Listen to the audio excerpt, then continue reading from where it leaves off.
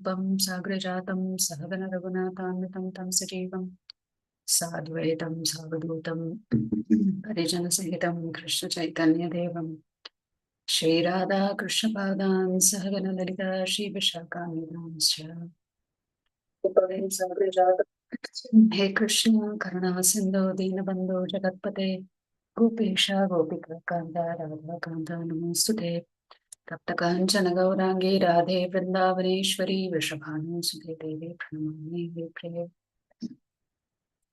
Vancha Kalpatarupyascha Kripha Sindhubhya Cha Patitanam Pavanebhyo Vaishnavebhyo Namo Namaha Namo Om Vishnupadaya Krishna Preshaya Bhutale Srimate Bhaktivedanta Swamini Namani Namaste Saraswati Deve Gauravani Pracharini Nirvishesha Shunyavadi Paschataveshitarni Jai Shri Krishna Chaitanya Prabhu Nityananda Shri Advaita Gadadhara Shri Vasadi Gaura Bhakta Vrinda Hare Krishna Krishna Krishna Hare Hare Hare Rama Rama Rama Hare Hare Ukam Karoti Vachalam Bangam Bangayate Garam Yatkripa Tamam Vande Shri Gurun Natani Paramananda Madhavam Shri Chaitanya Ishwaram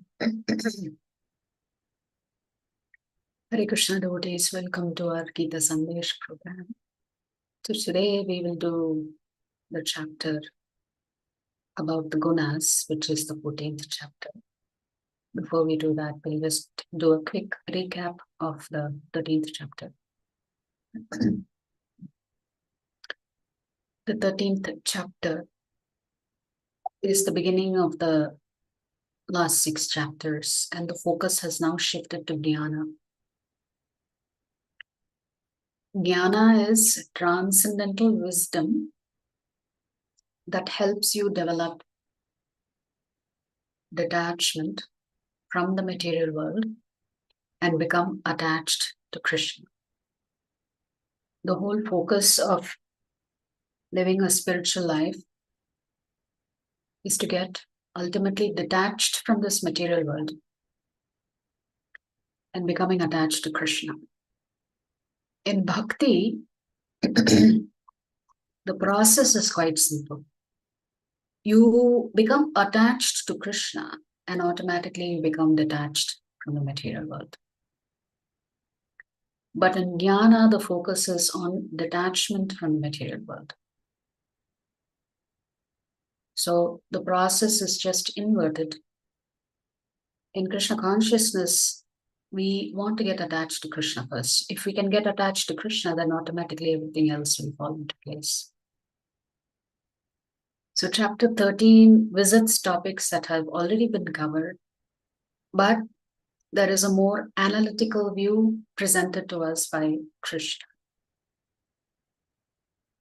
Krishna presents very logical arguments. If the reader is very wise and intelligent, they can use Krishna's logical presentation to simply strengthen their conviction and deepen their understanding of the material world and the spiritual world. The chapter begins with Arjuna asking wise questions, because this is the Jnana section. So Arjuna's questions about what is Prakriti, who is Purusha, what is this Kshetra, and who is this Kshetrajna, or who are the Kshetrajna, because there are 2 of them. What is knowledge and what is object of knowledge, or Jnayam. These are 6 fundamental subjects. What is nature? Who is enjoying this nature? What are the field of activities, which is the body? Who is the knower of the field, which is the body? Who knows the body? What is knowledge and the process of acquiring knowledge? And Jnayam. Who is the object of knowledge? Why are we studying all of this? There must be a reason. There must be a goal. So the object of all knowledge is Krishna. So we are all actually trying to achieve Krishna consciousness, but actually through different paths. But the results may not be the same. If the path is different, the result is not going to be the same. Even though in that yoga ladder, you have to just climb up to the next level and the next level and the next level. So these concepts of Prakriti, Purusha, Kshetra, Kshetragya, they are the essence of Vedic philosophy. And so Krishna dedicates an entire chapter to discussing these topics. So even though Arjuna is an advanced devotee of the Lord, he already knows all of this. All these questions he is asking is actually for your and my benefit. It's for the benefit of humanity. And yes, Prabhupada says, a student in front of the master will always present themselves to be fools.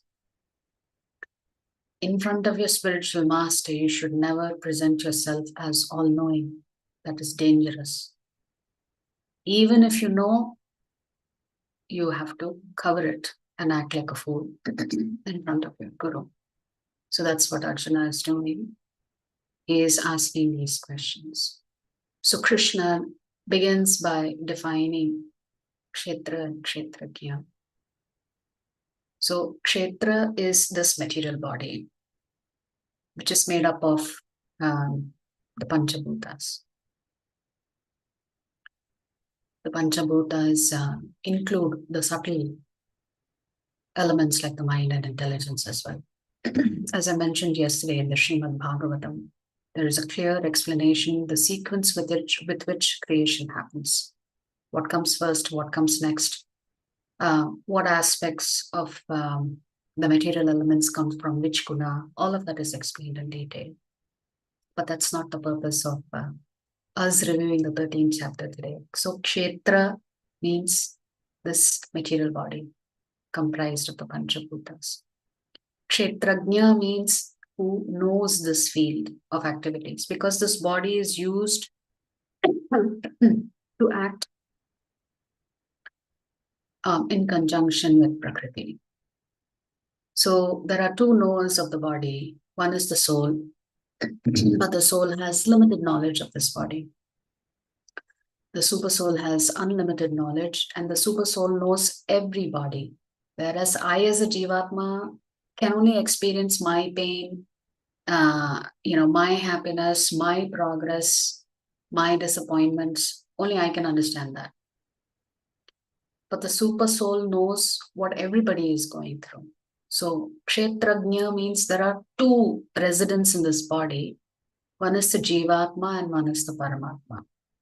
And it is the Paramatma that is the overseer and permitter. Upadrashta Anumanta is the verse that comes in this chapter.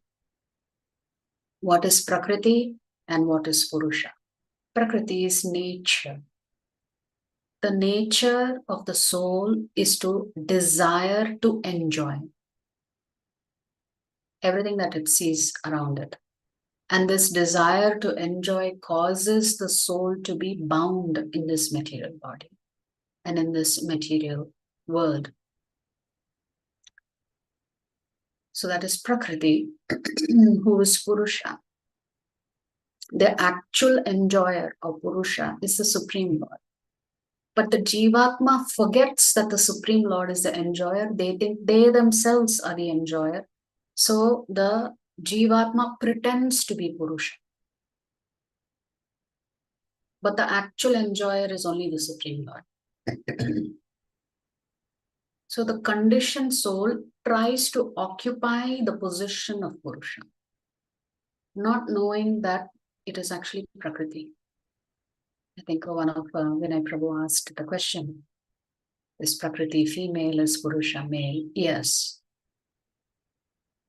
But then the soul does not act like Prakriti. It pretends to be Purusha. And therein it creates problems for itself. What is Jnanam? The process of acquiring knowledge. It is the character and the behavior that makes one wise. Right?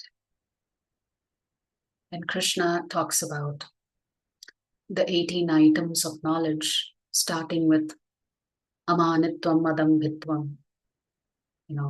Amanitvam means humility.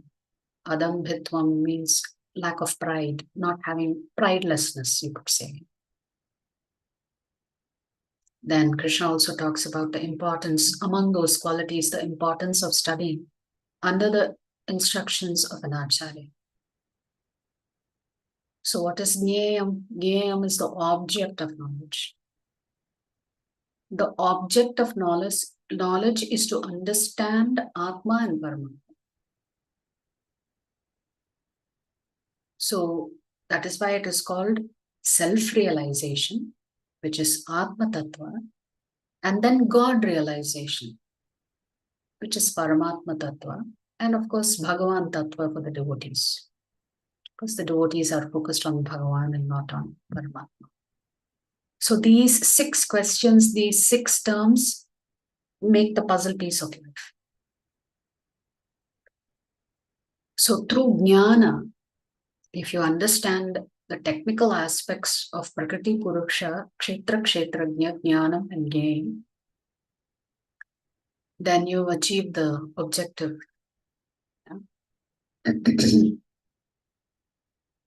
So gaining knowledge is like a spiral. His Holiness Swami Keshav Swami Maharaj says that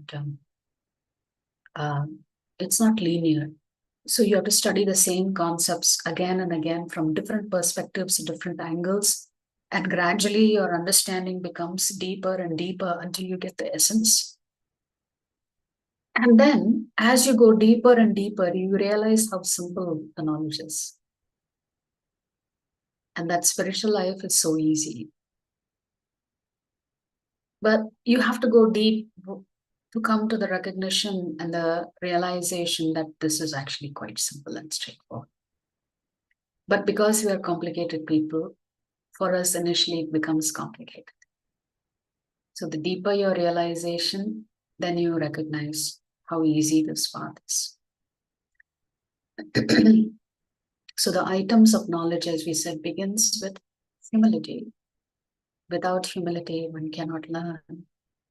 Humility says that I don't know enough and I'm ready to hear from a superior authority. So the path to liberation begins with humility. So wisdom is not just acquiring information, memorizing things.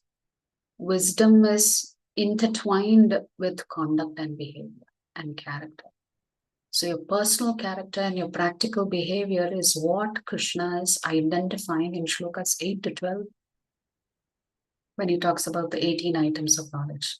What are those 18 items? Humility, pridelessness, non-violence, tolerance, simplicity, approaching a bona fide spiritual master, cleanliness, steadiness, self-control, renunciation of objects that engage you in sense gratification, the absence of false ego, be able to perceive the cycle, the evil, Krishna says, the evil cycle of birth, death, old age, and disease, developing detachment, freedom from entanglement with children, wife, home, and the rest, even-mindedness, whether it is a pleasant circumstance or unpleasant circumstance, being able to keep yourself calm.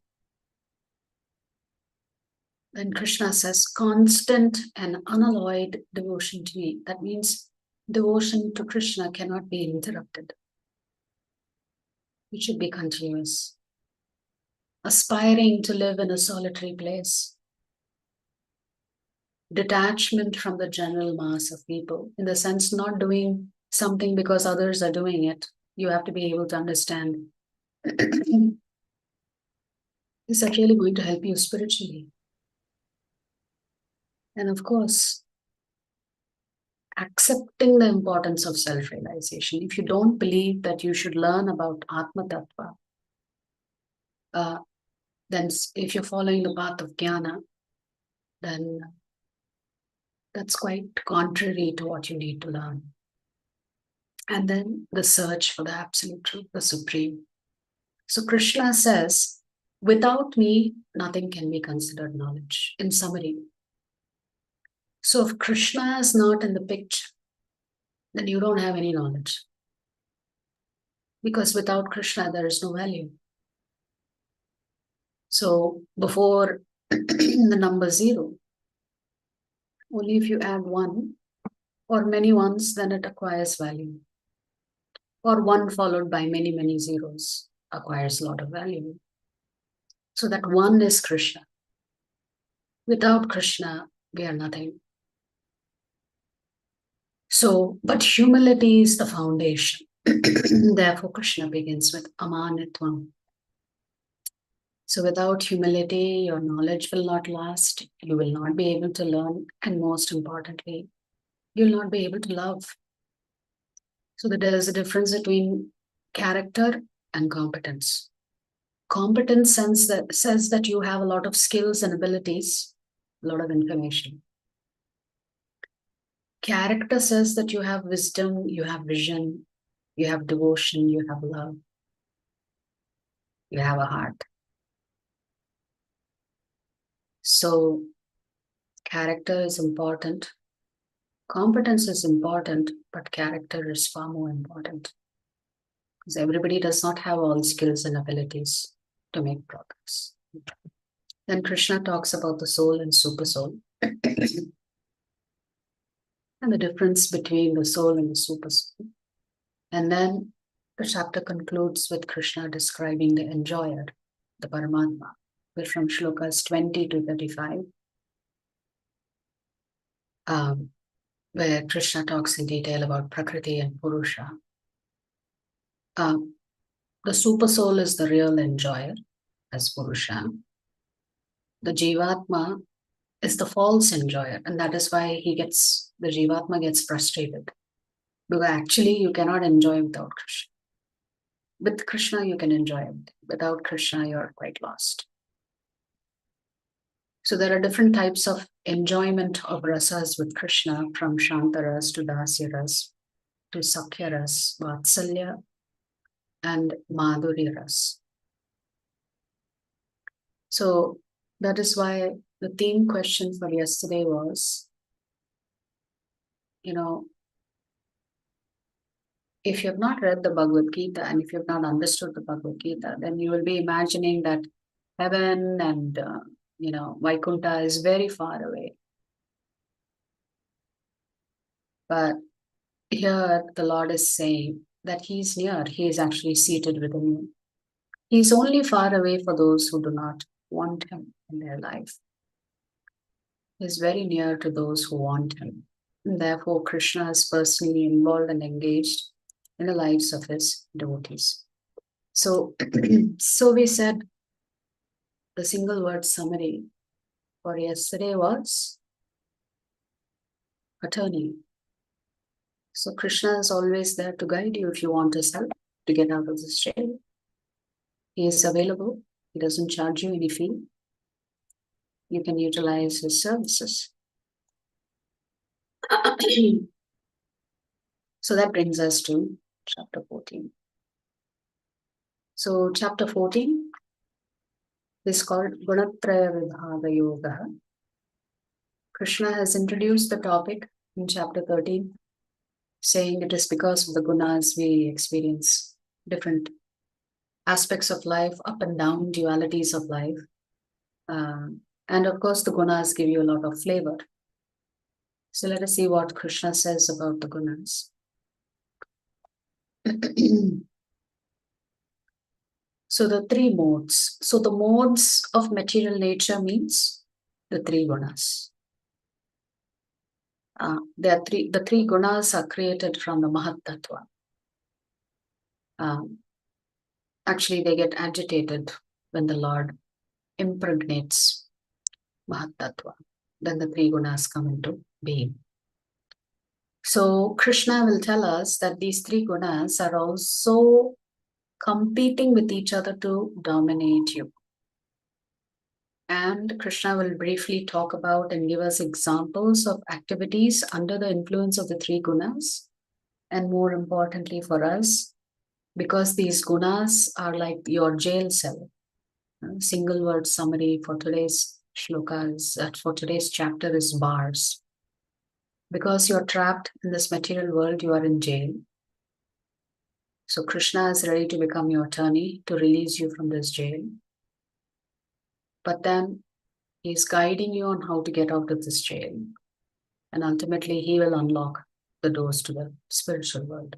So how to actually transcend these three gunas is something Krishna is going to talk about. In the first shloka here, Krishna says, Sattvam, the ninth shloka, sorry. But it's the first shloka we are covering in the slide. Sattvam sukhe sanjayati rajah karmani bharata jnanamavrityatuttamaha pramade sanjayatyuta. O son of Bharata, the mode of goodness conditions one to happiness. Passion conditions one to fruitive action. And ignorance, covering one's knowledge, binds one to madness. So in chapter 13, Krishna talked about the relationship between Atma and Paramatma. So if there is a relationship between Atma and Paramatma, then why is the Atma suffering? It's because the Atma, first of all, is carrying some residual desires from previous lives. And when it comes into contact with the body and experiences these three gunas, then the three gunas causes the Atma to experience the power of Maya Devi. So how can we come out of the influence of the three gunas is the critical message from this chapter. But before you can come out from the influence of the gunas, you first need to understand how these gunas are influencing you. How is Sattvagun influencing you? Krishna says, whenever things go your way and you're happy, you're peaceful, then Sattvagun is training you to always look for something that is peaceful and happy. What is Rajagun doing to you? Rajagun is actually teaching you to chase things. So Rajagun is the reason why we go out and work. We keep ourselves busy. We make our life very, very complicated because of Rajagun. It is driven primarily by desire. Desire to obtain something. What is that something? That's all defined by us, whatever it is, at whatever stage in life. What about Tamogun? Tamogun, Krishna says, actually completely covers your knowledge. And more importantly, Krishna says, when you come under the influence of Tamogun, you are subject to being mad. Now, mad does not mean actually acting crazy. It could be that also. But it is just madness because you have no idea of what the truth is. It's like you are completely lost in your own world. You are indifferent to suffering or happiness. You're just living, maybe without a purpose. Or maybe you are engaged in so many adharmic activities that you've accepted that to be the be-all and end-all of everything. So these three modes, let's look at this in detail. So if you look at a simple example, these three gunas influence your mental state, your emotional state, your physical state. It's through these three gunas you experience the universe. Your values, your thoughts, your judgments, all of it is under the influence of these three gunas. So for example, if three thieves have gone into the forest and robbed somebody, and they are stealing from a traveler that is traveling, and the first thief says, kill him. We don't want to get caught by the authorities. we've got what we wanted from him and he's no longer of any use to us. Second thief says, no, let's not kill him. Unnecessarily, we should not engage in violence. Let's just tie him up to a tree and let him figure out how to get out of there and back to his home. The third person says, why should you tie him up? Just let him be. We got what we wanted from him. So let him go. So somehow or the other, they take a decision to tie him up. Later on, the person who suggested he should not be tied up comes back to untie him and even tells him, look, I will take you out of the forest and put you in a road where you can find your way back home. And the person who was robbed says, no, thank you. Thank you for untying me, but no, I'll find my way. Because he was afraid if he comes home, he'll steal from there also. So out of fear, the person who's robbed says, thank you for freeing me, but I don't need your help. I'm in my place. So you could say that the person who wanted to kill him was being influenced by tamogun. Because when you're in tamogun, you cannot distinguish between what is right and wrong. The person who says him, just tie him up, don't kill him. You could say that person is influenced by rajogun. And the person who said, set him free, you could say, is influenced by sattvagun. So yes, sometimes when you're under the influence of sattvagun, sometimes you lose sight and decide to do something wrong. These three modes intertwine with each other, so they influence you in so many different ways. It's not purely you are under the influence of one guna all the time. So if you look at it, generally speaking, we would say a happy family is generally in sattvagun. Everything is smooth, everything is peaceful. There's no anxiety. So this is an family that has no issues. They're leading a peaceful life. A highly active family where everybody has huge schedules, nobody sees each other. Maybe they'll meet each other for dinner at home, which probably may be the truth in a lot of homes today, unfortunately.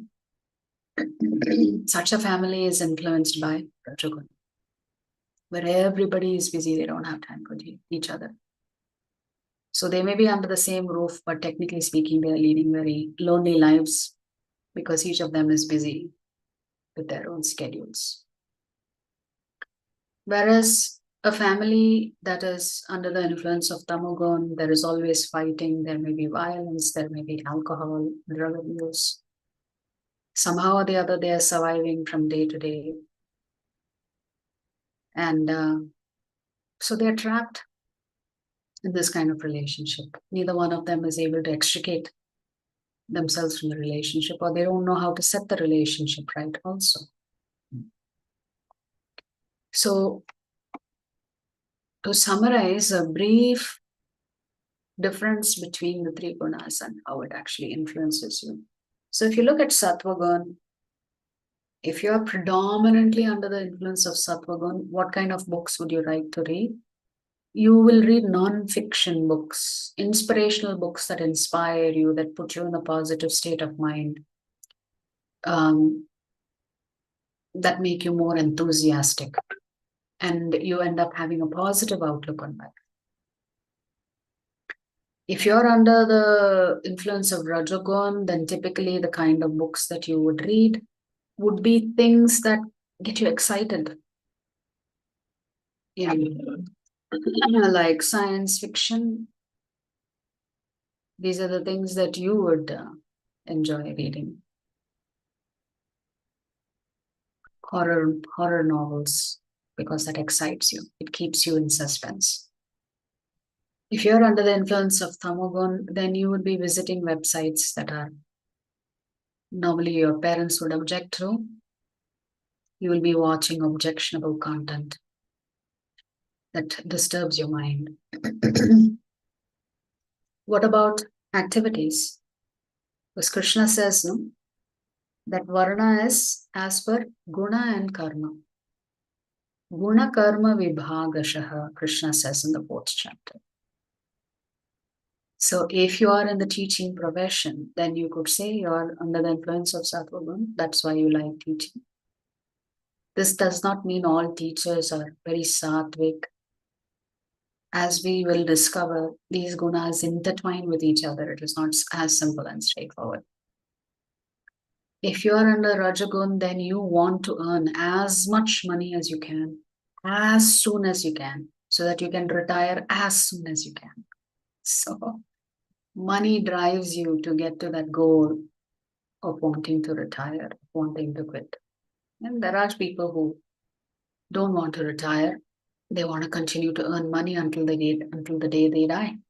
So that is really intoxicating. So money is honey for such people. For Tamogun, kind of jobs you may have is maybe you're selling alcohol, narcotics, engaging in nefarious activities because you think, yeah, I can make a living off of this. You know, some people sell alcohol, but they themselves may not be touching alcohol. So they're perfectly okay with destroying other people's lives. But for themselves, they stay away from alcohol and narcotics. For a person under the influence of Sattva Guna, the early morning hours are very important for them. Not to leave at 4 a.m. in the morning for job. At 4 a.m. in the morning, they may be meditating, they may be practicing their sadhana. It's time to spend with themselves. Whereas those under the influence of Rajagun, they are the most active from 12 to 8. Practically during the daytime, they're very, very busy. And those under the influence of Tamogun, they are awake at late night hours when everybody else is asleep. What kind of foods attract you, again, is determined by the guna that is influencing you. So juicy, vegetarian, full-fledged meals, this is something that people under the influence of Sattva Guna tend to enjoy. Now, that doesn't mean, so like I said, this seems like very simple table, but it is not as simple as it looks. There are many good people on this earth who may not be vegetarians at all. I mean, externally they may be good in the sense they may engage in a lot of charity, they may help others, but they may be consuming non-vegetarian items.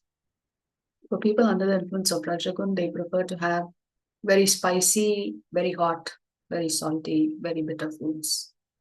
And for those under the influence of Tamogun, well, they eat foods that are untouchable.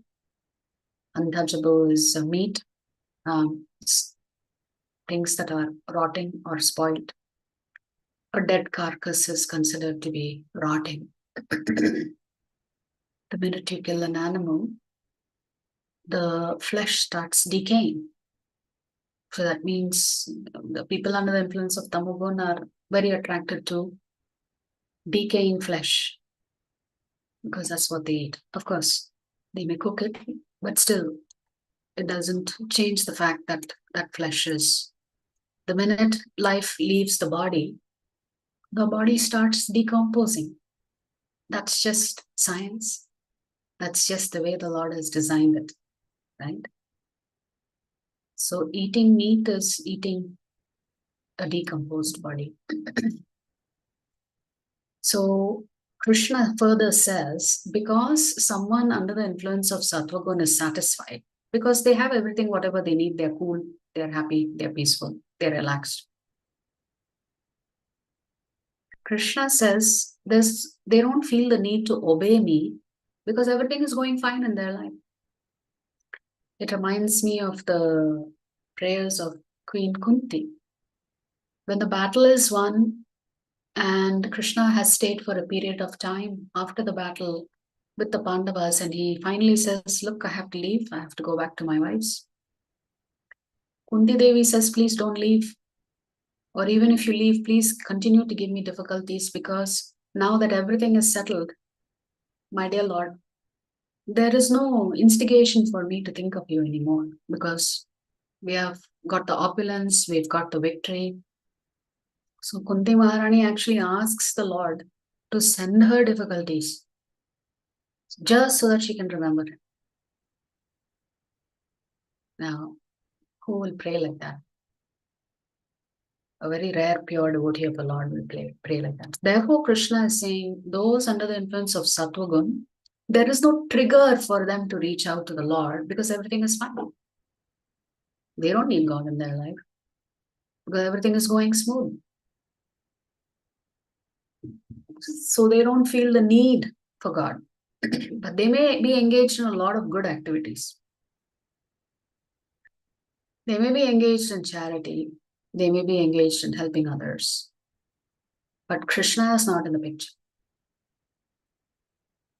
If you're under the influence of Rajagun, Krishna says, because you have innumerable desires, the desires are louder than the voice of Paramatma within you. Therefore, even if Chaitya Guru is advising you, you can't hear. Even if Krishna is seated as an attorney within your heart trying to tell you, no, this is right, no, that's wrong, you can't hear him because your desires are deafening.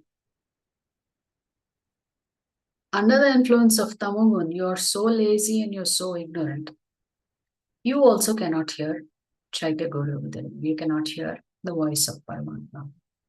Generally, people call this the conscience. Something tells you that what you're doing is right or what you're doing is wrong. So how the gunas are actually competing with each other is what Krishna is enumerating here. Rajastamas chabhibhuya sattvam bhavati bharata rajas sattvam tamas chaiva tamas sattvam rajas tatha. Sometimes the mode of goodness becomes prominent, defeating the modes of passion and ignorance, O son of Bharata. Sometimes the mode of passion defeats goodness and ignorance. And at other times, ignorance defeats goodness and passion. In this way, there is always competition for supremacy. So nothing is stable in our life. Sometimes we are under the influence of Rajagun, sometimes under Tamagun, sometimes under Sattvagun.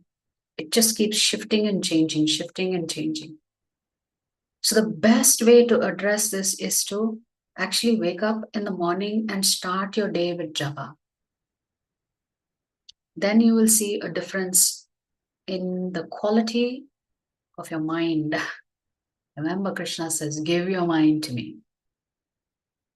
Your mind belongs to me, Krishna says. So the best way to give your mind to Krishna is to wake up early in the morning and to do japa.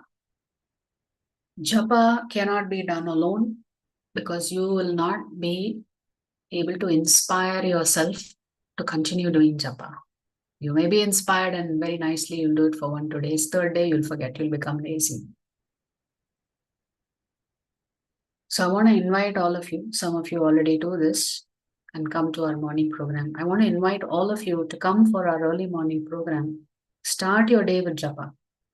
You can start tomorrow itself. Join at 5:30 or 5:45. Do 2 rounds of mala. Learn some shlokas. We are right now learning how to recite Bhishma Stuti in the morning. I think there are 11 or 12 shlokas in Bhishma Stuti. So we've been practicing reciting the Bhishma Stuti. We've had classes on the Bhishma Stuti. We've understood, tried our best to understand the shlokas, the meaning of the shloka that Bhishma Dev is glorifying Krishna. So in this way, you do japa, you hear a little bit of Harikatha, you learn a little bit of how to pronounce and recite shlokas with us. Then eventually you will learn how to observe Ekadashi fast. Learn how to offer puja to Tulsi Devi. Learn how to go to the temple and take up some sevas. In this way, when you take up this challenge for yourself, your whole life will change. So if you do this for more than a month continuously, then your life will be completely transformed. You can ask many devotees who've gone through this transformation, what it means to them, how their life has changed. So if the sattva gun increases in you, then things are going your way more and more. But if rajagun increases, then you are in anxiety, stress, disease, so many things you're chasing. And if tamogun increases, then yes, you're doing things that is not good for you. You are creating bad habits for yourself, right? Watching too much TV, drinking, enjoying yourself. So everything within boundaries. So what we need to remember is when we are influenced by the lower gunas, simply avoiding doing the activities that are tied to lower gunas, that itself will save you from many, many problems. So for us, we have to do the right thing. And to do the right thing means is to hear the right thing, is to taste the right thing, is to speak the right thing. Therefore, japa, harikatha, prasadam, all of this is cleansing you, not just on the inside, but also on the outside. Here, Krishna is saying in the 18th shloka, Urdhvam gachanti sattvastha, madhye tishtanti rajasaha, jaganya guna vrittistha, adho gachanti tamasaha. Those situated in the mode of goodness gradually go upward to the higher planets.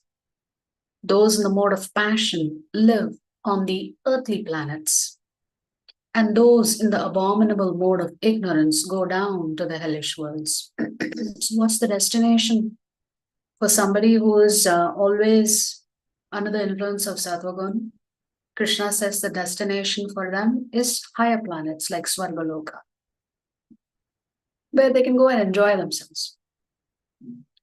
If you're predominantly under the influence of Rajagun, then you will keep taking birth in the Martya Loka planets. These are the middle planetary systems, where you will experience a mixture of joy and sadness, joy and distress.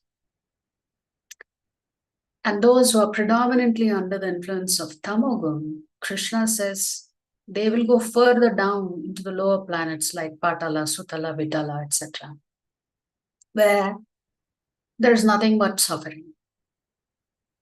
If that's not the case, Krishna says, then they will go into lower species, because that is also degradation of consciousness. So this we have to be very careful about. How these gunas are actually determining where you end up in the future, which kind of body, which kind of planet.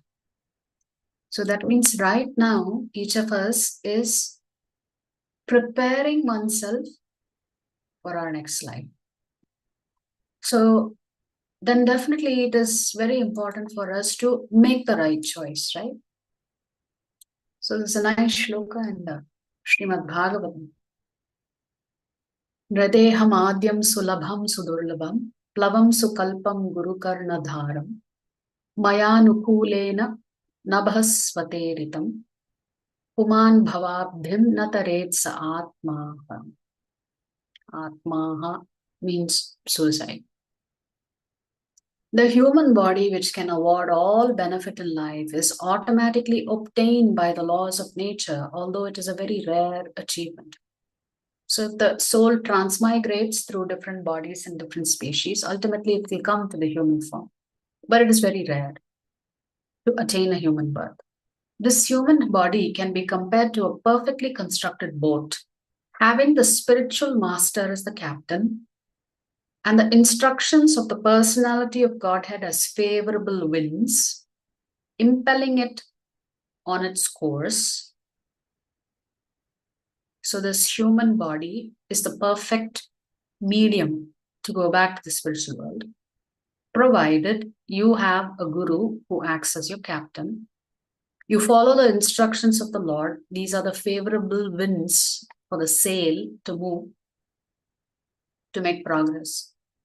Considering all these advantages, a human being who does not utilize his human form to cross the ocean of material existence must be considered the killer of his own soul. What a terrible thing to do. You get a human body and you completely waste it without a care in the world, not recognizing how you're degrading your own consciousness. Therefore, this Bhagavatam shloka is saying we are actually committing atmaha, self-suicide. Now, this is not talking about killing your body. You are just depriving the soul of what it wants. The soul wants to associate with Krishna. The soul wants to revive its relationship with Krishna. And since you're starving the soul of what it wants, then you yourself are killing yourself. Therefore, the strong word atmaha is being used here.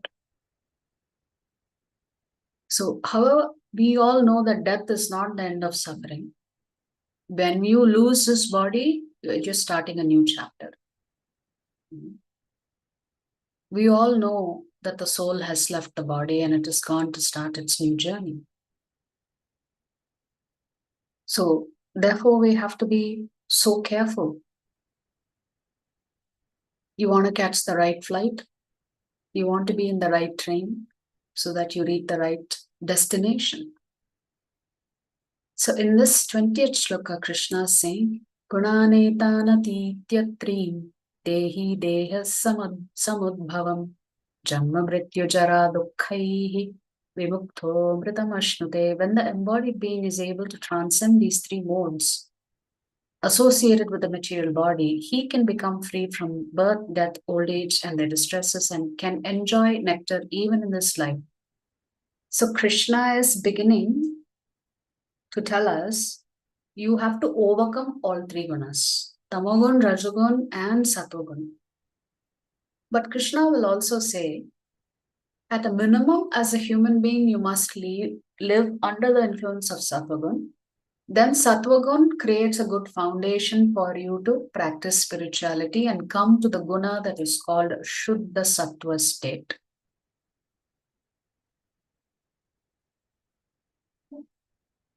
So even Sattvagun traps you because it traps you into a happy life, a materially happy life. There was one gopi called Chintayanti. When the Lord played his flute in the middle of the night, all the gopis rushed out to be with the Lord. But Chintayanti was stopped by her in-laws. Where are you going in the middle of the night? It's improper for you to go. Because she couldn't go to see the Lord. She wanted to go, but she could not go. But when the other gopis come back and they tell her this happened, that happened, we danced with the Lord, we went through the forest, we sat by the river Yamuna, we sang nice songs. Because she could hear about the pastimes of the Lord that she had missed, she was so happy that she just left her body. Thinking about the Lord, she just left her body. Because hearing also puts you in touch with the Lord directly. So in this way, all her sinful activities, if at all she had any, was completely destroyed all her pious activities were destroyed so that she could go back to the spiritual world. So it is like this. So whatever longings that we have, if that longing is not connected to Krishna, then you have a very difficult future. So our own desires are robbing us of our true happiness. So therefore, in that shloka we read Atmaha. So how do you actually cross over into the realm of the spiritual world? Krishna is giving the answer here. Mam chayo vyabhicharena bhakti yogena sevate sagunan samatityaitan brahma bhuyaya kalpate. Although this is the Jnana Yoga section, Krishna will come back to the topic of bhakti at the end of each of the chapters in Jnana Yoga. So what is that? Bhakti yogena sevate mam cha vyabhicharena. So Krishna is saying, you are always thinking of me, one who engages in full devotional service, unfailing in all circumstances, at once transcends the modes of material nature and thus comes to the level of Brahman. So, but why is he talking about Brahman? Because this is the Jnana Yoga section. The Jnanis are not interested in Bhagavan. They are interested only in Brahman realization. But even there, Krishna says, even if you perform little bhakti, even that will help you to come to the Brahman realization. So this is a clear explanation by the Lord that even Brahman realization, simply by doing bhakti, you will get it very easily. You can cross over the Sattva Gun state and come to the state that is called the Shuddha Sattva state. This we can do simply by chanting, honoring Prasadam, worshipping Tulsi Devi. All your sins will be wiped out. And when the sins are removed from you, then automatically you will come to the Shuddha Sattva state. You will begin to enjoy your relationship with Krishna. Because all of the anarthas have been removed. So essentially Krishna is saying, simply by serving him with bhakti, you can come to the Shuddha Sattva state. Because even in Sattva Gun, you cannot go back to the Lord. So you have no choice. You have to overcome these three gunas.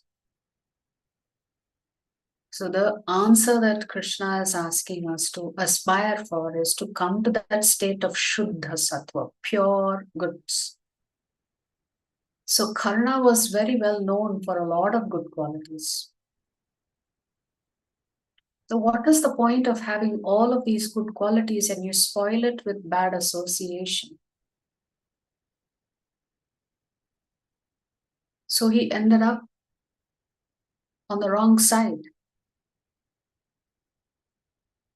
Even though internally he had good qualities, but because of bad association, he got contaminated. So he had to undergo failure. So just because you have good qualities doesn't necessarily mean you are going in the right direction. Your association may also determine what the trajectory is for your life. Whereas you could be acting in anger. Anger seems to indicate you're in Rajagun. But you can also use anger in the service of the Lord. As Hanumanji did. He set fire to Lanka as a service to the Lord. Now, is he the one who started the fire? No. It was Ravana and his minions who did that.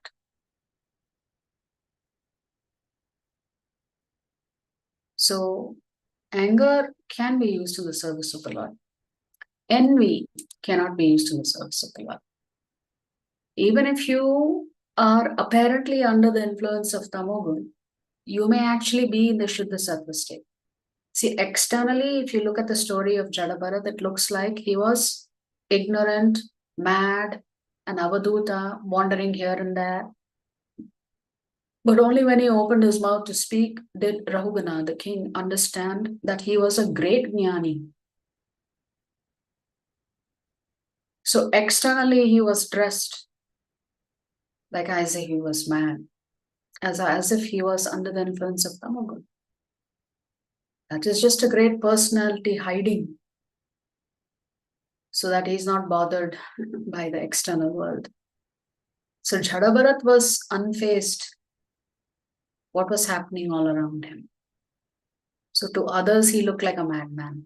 But when he opened his mouth, he was preaching Krishna consciousness to King Rahugana. And therefore, King Rahugana falls at his feet and says, yes, you're a great devotee of the Lord. I recognize it through your speech. So please teach me the path to liberation. So we are also very fortunate to come into contact with a wonderful Acharya in the form of Prabhupada. Prabhupada has given us so many instructions in the Bhagavad Gita and the Srimad Bhagavatam, and he has made a wonderful institution like ISKCON where you can comfortably practice your Krishna consciousness and go back to Krishna. In this life itself, we don't have to work much longer because we've already been doing this for many, many janmas. The same thing. We go to school, we study, we earn a living, we get married, we have children, we grow old, and then we don't know exactly what we've accomplished in life. This we've done many, many times. So there is no point in repeating the same thing again and again and expecting different results. But it seems like it's new to you because you don't remember your past lives. So because you don't remember what you did in the past, you repeat the same thing again and again and again. And in this way, we all get trapped in this thing called samsara. So this is the brief introduction by Krishna about the three gunas. We'll come back to the gunas in the 17th chapter, but in the context of faith and worship and yajna and dana and tapa. And Krishna will talk about the influence of the gunas because Arjuna will ask him an interesting question in chapter 17. So we'll stop here. So what was the single word summary today in the poster? What did you see? Bars, right? The 3 bars to this jail is the 3 gunas. So it's the 3 gunas that are stopping you from going back to Krishna. The only question left is, what are you going to do about it? Are you going to get out of this jail? If yes, how are you going to do it? We already said, the way you're going to overcome this 3 jail cells is the simple process of chanting, reading, hearing, as much as possible doing this during the morning hours.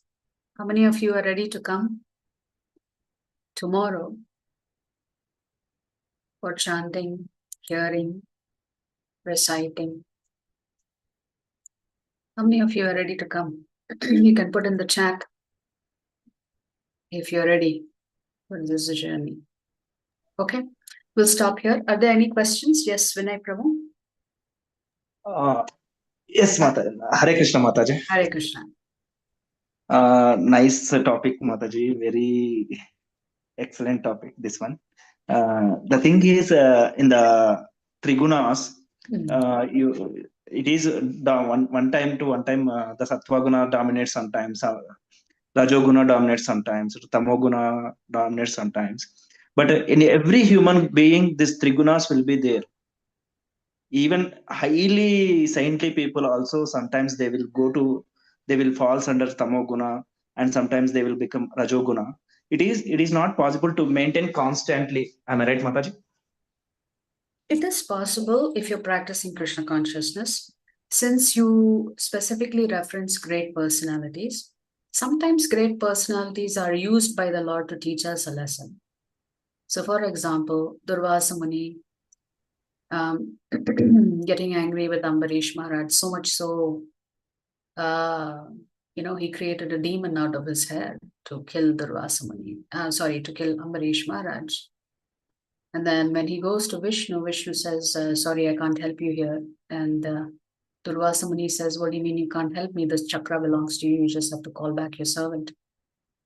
And Vishnu says, no, my servant is there to protect my devotees. So he's already gone to protect, my devotee.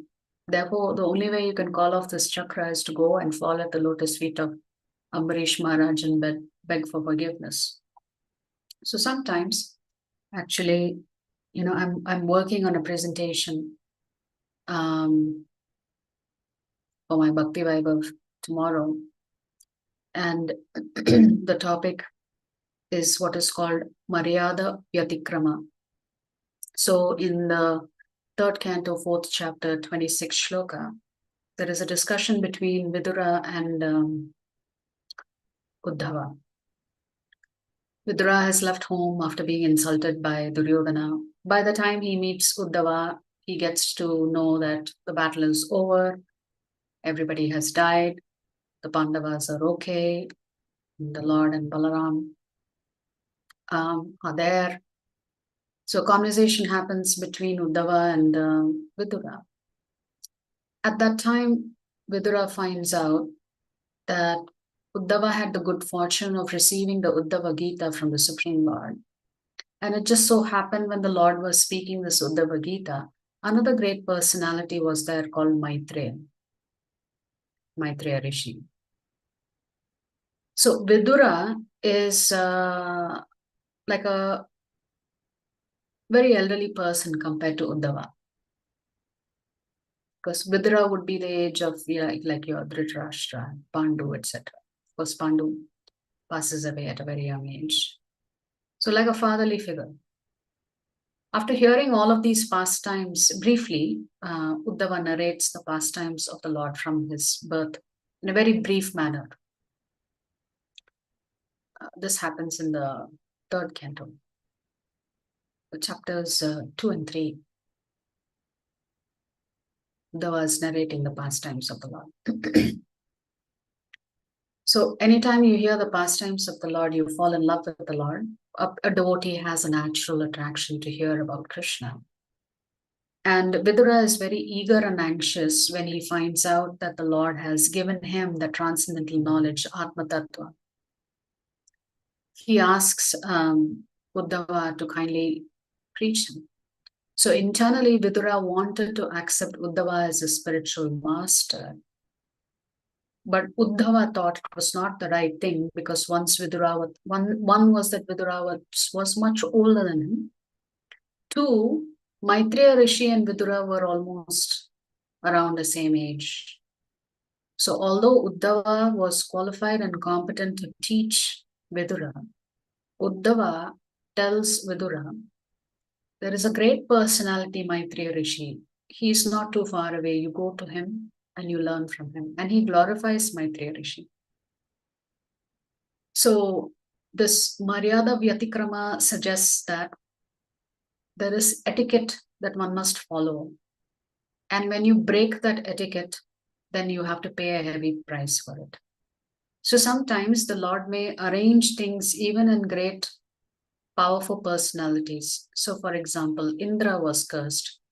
He did not get up when Brihaspati came into the assembly. Just for that, he was cursed. Then Indra was cursed by Durvasa Muni when Durvasa Muni hands over his garland to Indra, Indra wears it and then he thinks, okay, I've got too many garlands, let me give it to my elephant Airavata.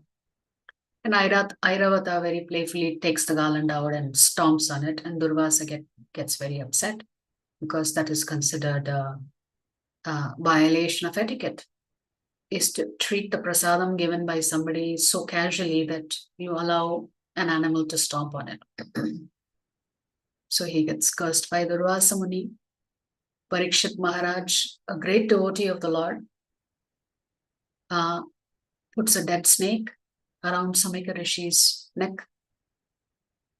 The Lord's own son, Samba, dresses up as a woman And all the Yadus go in front of Narada Muni and Durvasa Muni and ask, okay, tell us whether this is going to be a boy or a girl. Now, of course, the great sages know when they are being fooled. So Samba gets a curse saying it's neither a boy nor a girl. Whatever comes out will be the cause of death for the entire Yadu dynasty. So sometimes, even in devotees' lives and great personalities' lives, situations are created by the Lord to teach us some very important lessons about etiquette. So throughout the Bhagavatam, there are innumerable examples of devotees who've made mistakes. But that did not make them less of a devotee. It's momentarily they lost sight of what was important. But Krishna never rejects them. So this is the most important lesson for us is as we are reading through Bhagavad Gita and the Bhagavatam, how to conduct yourself. That is what we were talking about. Character and values is very important. Is it difficult for us to sustain ourselves and always be in the state of even sattvagun or higher than that in pure goodness? It is difficult. But at the same time, if you follow the process and if you follow the instructions of Acharya, then it should not be that difficult.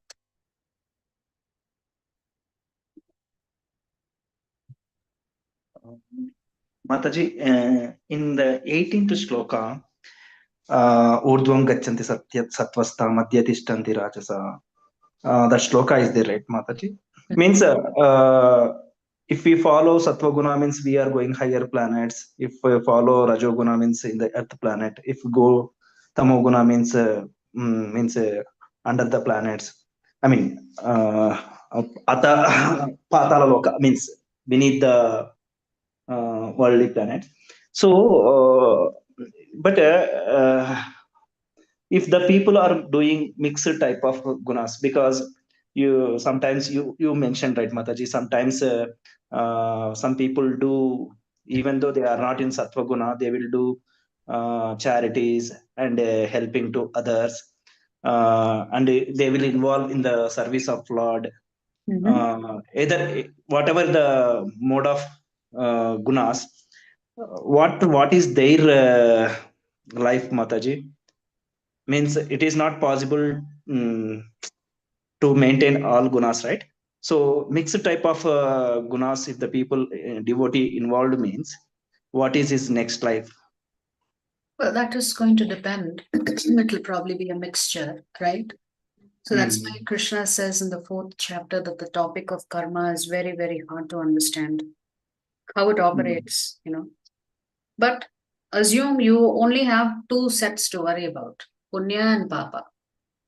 Right. Every time you take birth, you withdraw a little bit of punya and a little bit of papa and experience it. So it's not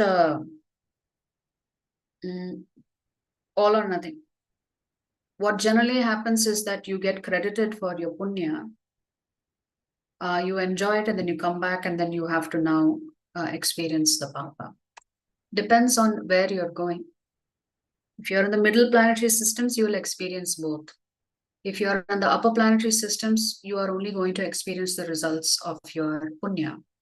If you are in the lower planetary systems, you're only experiencing the results of your papa. It depends what is the percentage mixture you have. And if you ask me what is the percentage mixture, I do not know. We will have to ask Krishna that.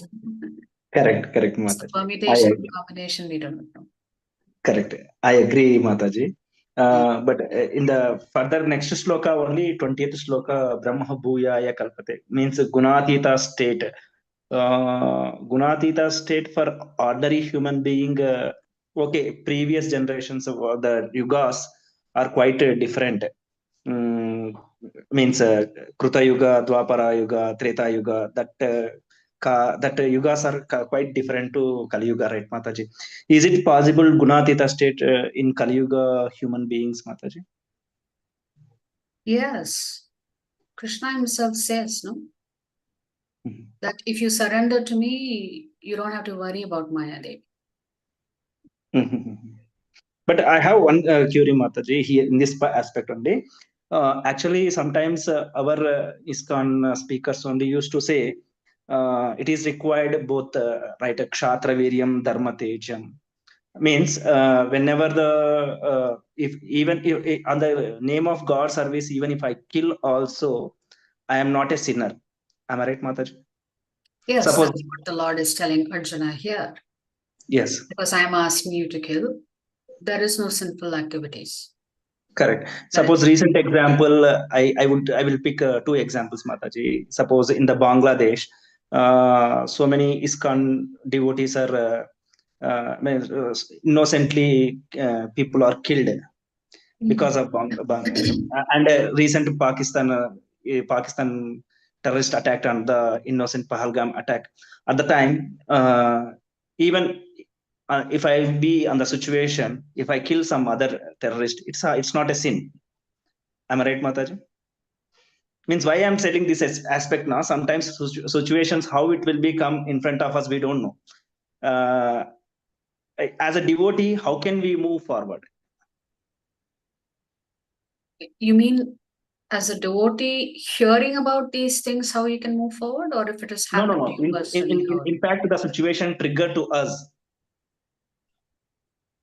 What is the trigger?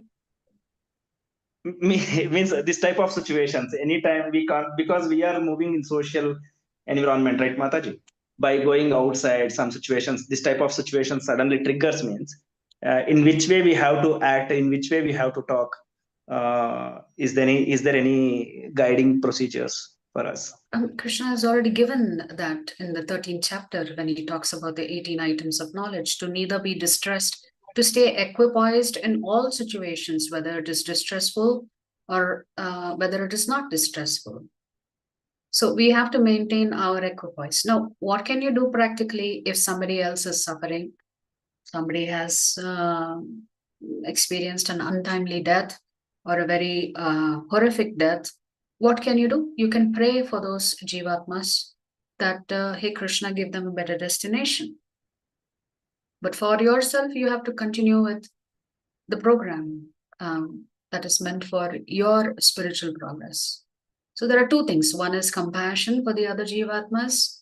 And if jivatmas have lost their lives unexpectedly, unexpectedly for us, but every jivatma has an expiration date. We just do not know how we are going to die.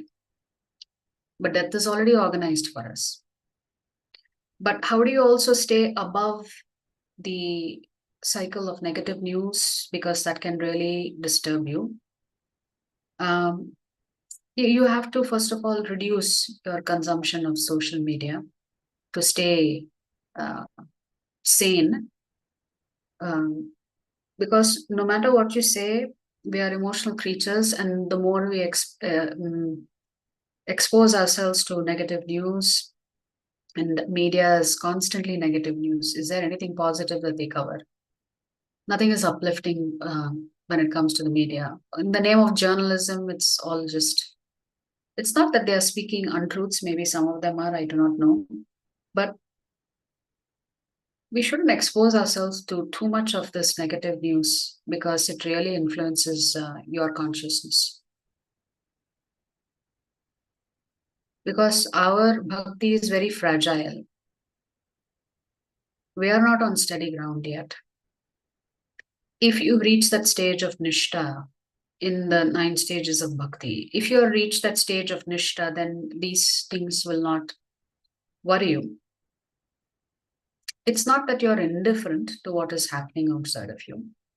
You understand that this is the way of life.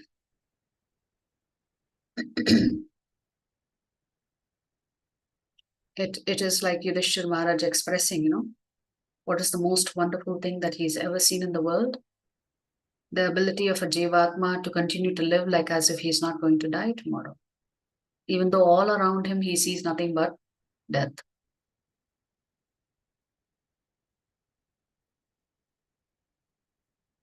So we have to be equipoised.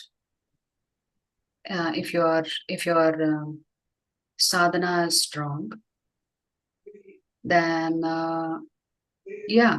So for the devotees who lost their lives, in Bangladesh when ISKCON was being attacked. Our heart bleeds because they were not doing anything wrong. They were propagating peace. They were propagating love of God. So for those who killed them or burnt the Bhagavad Gita or burnt the deities, they will pay a price for doing that. They will be punished for not maintaining even a bare minimum etiquette of allowing others to practice their religion peacefully. Yes. Thank you so much, Mataji, for giving the kind answers. And last point, Mataji, today you asked about practice tomorrow morning in temple or else online, Mataji, for chanting Online, class? online. Online. Online, yeah. Sure. 4 o'clock, right, Mataji? Yeah, if you'd love to join us at 4:15, you can join us. But otherwise, Okay. you can join us at 5:30 if you're not used to getting up that early. No, no. Wake up practice is there, but the problem is bathing is the problem because I now in our apartment it will start by exactly 5:30 or say 5:45 a.m. only. The water will be started. That's no After that problem. one, then whether I have to wait up to 5:30, Mataji. That's the biggest problem. Otherwise, That's uh, okay. You can join at 5:45. No problem. 5:50, you can join. thank you, Mataji. Yeah. Thanks for that. Thank you, Guru. Hare Krishna. Hare Yes, Krishna, Mataji. Hare Bol. Anupriya, you have a question. Hare Krishna, Mataji. Hare Krishna. Well, I'm a little confused to be very honest. So we initially learned that we must do our duty, right? And then eventually we learned that bhakti is superior, right? So all the karma yogas and the various other forms of yoga are really inferior to bhakti. So I'm just confused as to why Krishna then asked Arjuna to do his duty, and does that mean in our lives that we shouldn't have ambitions or just follow our duties and move towards bhakti alone? That's really my question. I'm just a little confused. Okay. So we've discussed this question in our other classes in our prior chapters. So maybe you have missed it. I do not know. Krishna does ask Arjuna to fight. So he does not ask him to give up his job. Otherwise, he could have told Arjuna, I agree with you. You go to the forest and do bhakti. I'll take care of these people myself. It's not something that Krishna could not have done. Definitely, he could have done that. He is the Supreme Lord. Krishna is not asking us to become sannyasis in the Bhagavad Gita.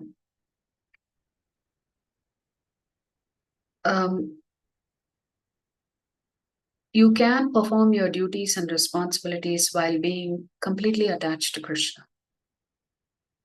So how do you do it in a practical way?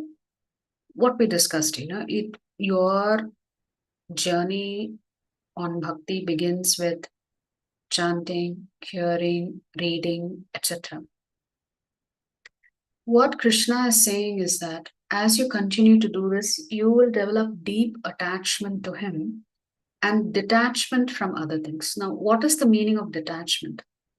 Since Krishna is not encouraging any of us to give up our dharmic duties and responsibilities, all Krishna is suggesting is that you will make more time for me and you will not give as much importance to material accomplishments. So, say for example, I as an individual have worked for X number of years. I feel there is sufficient funds for me to quit my job and dedicate myself to do some service in the temple, then I can certainly take that call. But for those who are in a stage of life where they are responsible for family members and taking care of them, then certainly Krishna would not be advising them to prematurely give up their work and, become dependent on others, or worse, to become a burden to society.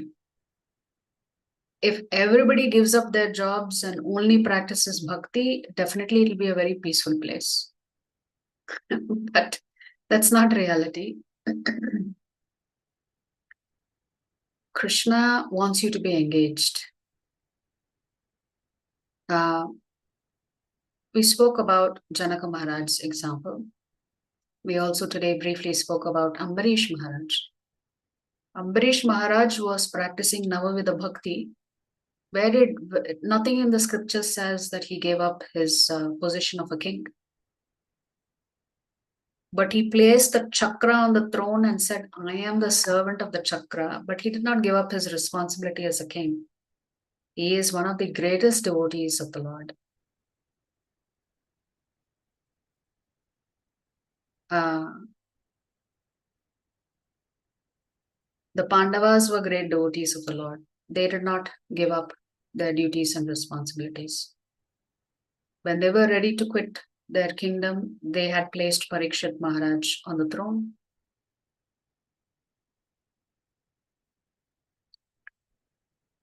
Bharat Maharaj, who is the son of Rishabdev, who's not different than Krishna himself, he also hands over his kingdom to his very young son, I think 12 years old or something like that, and then goes into the forest for meditation.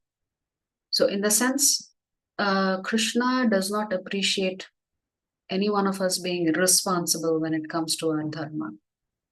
We have to exercise a great deal of caution in this regard. Bhakti does not mean you give up everything else. Bhakti actually means simply adding Krishna to the equation. So bhakti is not subtraction. Bhakti is just addition. When you add Krishna to your life, then your life is wonderful. But you can continue to do all the things. Who's the greatest example of the greatest devotee of the Lord that you know of? Who have you heard is the greatest devotee or devotees of the Lord? Wow, I'm honestly not sure. Gopis. Go please, yeah.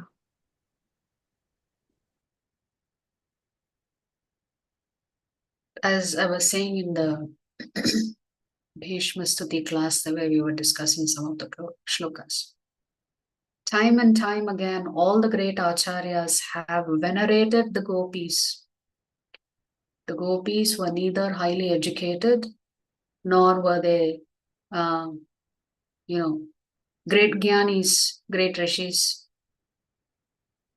They were expert at making cow dung cakes. But at the same time, they were the greatest devotees of the Lord because their mind was completely attached to the Lord. That did not mean they did not take care of their family. They did not take care of the children. They did not serve as wives. So the gopis have set a perfect example for you. It is just that their mind was completely attached to Krishna. Everything else they were doing properly at home, taking care of all their household work. So there are no examples, or rather I should not say no, very few examples of those who have given up everything, like for example, Narada Muni. And when Narada Muni is speaking to Vyasadeva in the Srimad Bhagavatam, he recounts his previous life, which was 1 millennium earlier. And he says that I was just a maidservant's boy. I just happened to come, some great Bhakti Vedantists came to the ashram. My mother and I got an opportunity to serve them. And because at the age of 5 or 6, I had an opportunity to serve these Bhakti Vedantis, I decided this is the only path I want to pursue. Therefore, I started meditating, and the Lord, I had darshan of the Lord. And I was feeling such bliss. I thought, okay, let me continue to meditate so I get darshan of the Lord again. And he was trying hard, trying hard, trying hard. He was getting very disappointed. He was thinking, what on earth is going on? I'm following the process, but first time it worked, second time it's not working. At that time, the Lord tells him, I just gave you a taste. You have to purify yourself a lot more before you can become my pure devotee. And so Narada Muni gets that benediction of being the traveling sage. Similarly, the Sanat Kumaras, they are eternally liberated souls, brahmacharis. So there are examples of brahmacharis who are great devotees of the Lord, but there are far more examples of grahastas who are great devotees of the Lord. So I hope that gives you enough assurance that the Lord doesn't want you to give up your duties and responsibilities as a grahastha. It makes sense. Thank you so much, Mataji. One follow-up question on that. So Yes. does that mean one shouldn't? So we spoke about desires a lot, right, throughout the chapters as to how we get entangled in desires, and that really doesn't lead to our connect with the God, right? While I understand one can have desires and still aim to connect with the God, is ambition a bad thing in that case? Does one want to go forward in life in order to maybe accomplish something that's something that we've learned throughout our lives that, like you said, you study, you do XYZ, so there's a certain progression that we follow. So should one give up on the ambitions, which could essentially mean desires? It's a little bit of a tricky question to answer. You should, whatever ambitions that you have, if the ambition takes you away from Krishna, then it is not worth it. If that ambition also simultaneously takes you closer to Krishna, then yes, you can pursue it.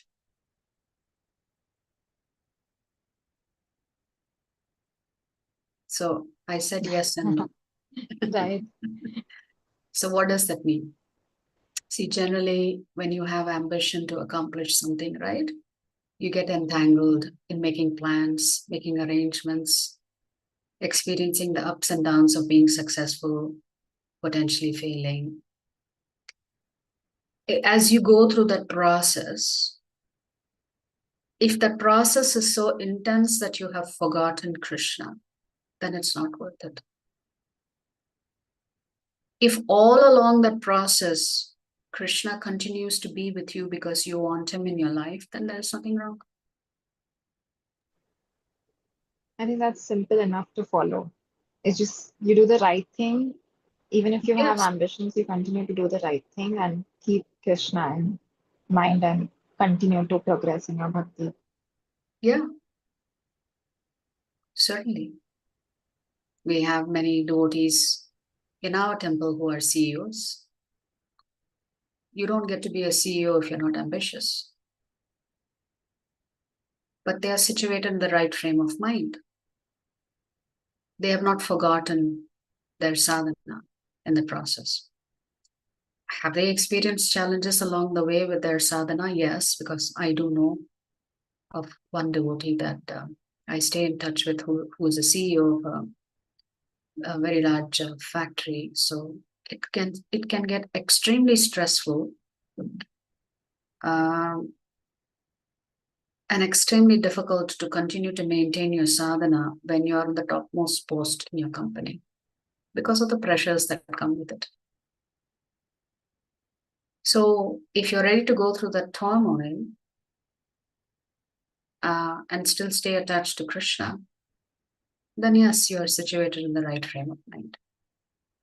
The risk is you tend to forget Krishna and give up Krishna because you're so busy. So if you forget Krishna, it's not worth it. If somehow or the other, if you can hang on to Krishna, then there's nothing wrong with it. That makes sense.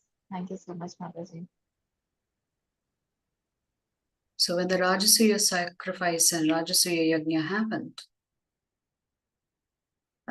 all the Pandavas went in different directions to collect taxes.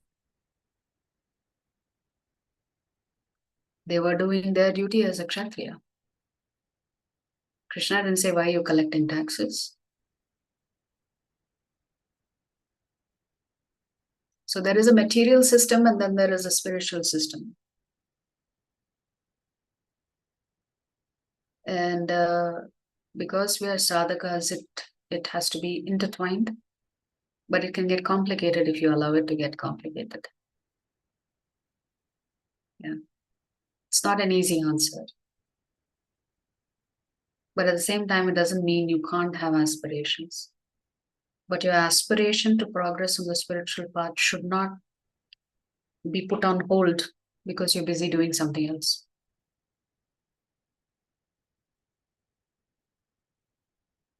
So essentially what I'm saying is whatever happens, don't give up Krishna. Whatever it is that you're pursuing, do not give up Krishna. Do not give up your sadhana.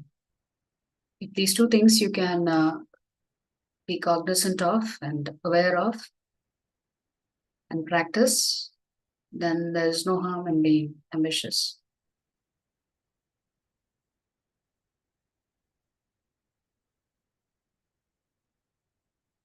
Okay. All right. Any other questions? Okay, Haribol. So maybe all of you will strive to come tomorrow morning for some japa and some harikatha or some chanting of shlokas. Thank you very much. Vancha kalpatarupyascha kripa sindhubhyo cha patitanam pavanebhyo vaishnavebhyo namo namaha. Ananda Bodhi Vaishnava Vrindi ki jai, Jagat Guru Srila Prabhupada ki jai, Srila Gurudev ki jai, Shri Gauranga ki jai. Thank you, devotees. Hari Bol, Hare Krishna. Hare Krishna Mataji. Hare Krishna, Hare Krishna. Mataji. Hari Bol, Hare Krishna. Hare Krishna Mataji. Hare Krishna.